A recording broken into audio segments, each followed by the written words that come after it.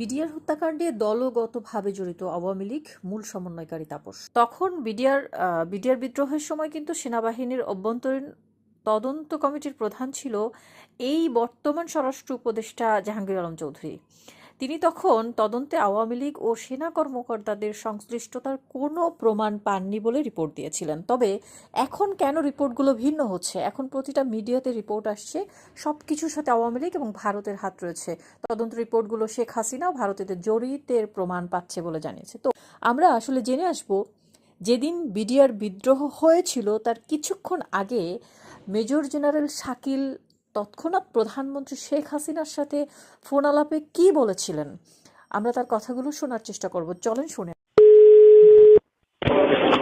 Hello, আসসালামু আলাইকুম sir. মাননীয় প্রধানমন্ত্রী কথা বলবেন। দাও।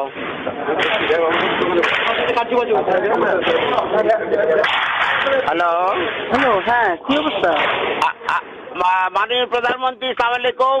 এখানে বিডিআরে বিদ্রোহ হয়েছে এবং আমার মনে হয় পরিকল্পিতভাবে সরকারকে হেয় করার জন্য করা হয়েছে এবং দাবি কিছুই নাই, শুধু যে আর্মি অফিসার চাই না বিডিআর, এইটুকুই দাবি। হ্যালো, না, তোমরা এমনি আছো কেমন? সব ঠিক আছে?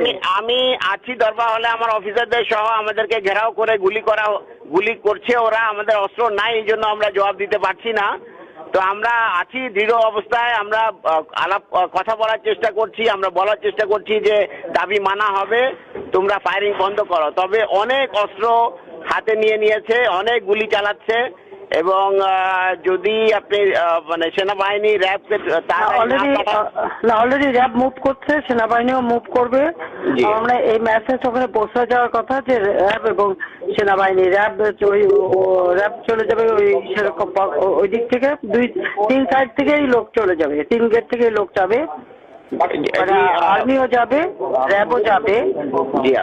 এটা যাবে। তোমরা একটা কাজ করাতে পারো যে কোন রকম ছবিগুলি যারা করাচ্ছে তাদের ছবিগুলি তোলা।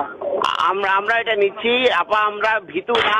তবে আমরা যেহেতু অস্ত্র নাই এবং ঘিরে ফেলেছে, এই জন্য আমরা এই অবস্থায় আছি।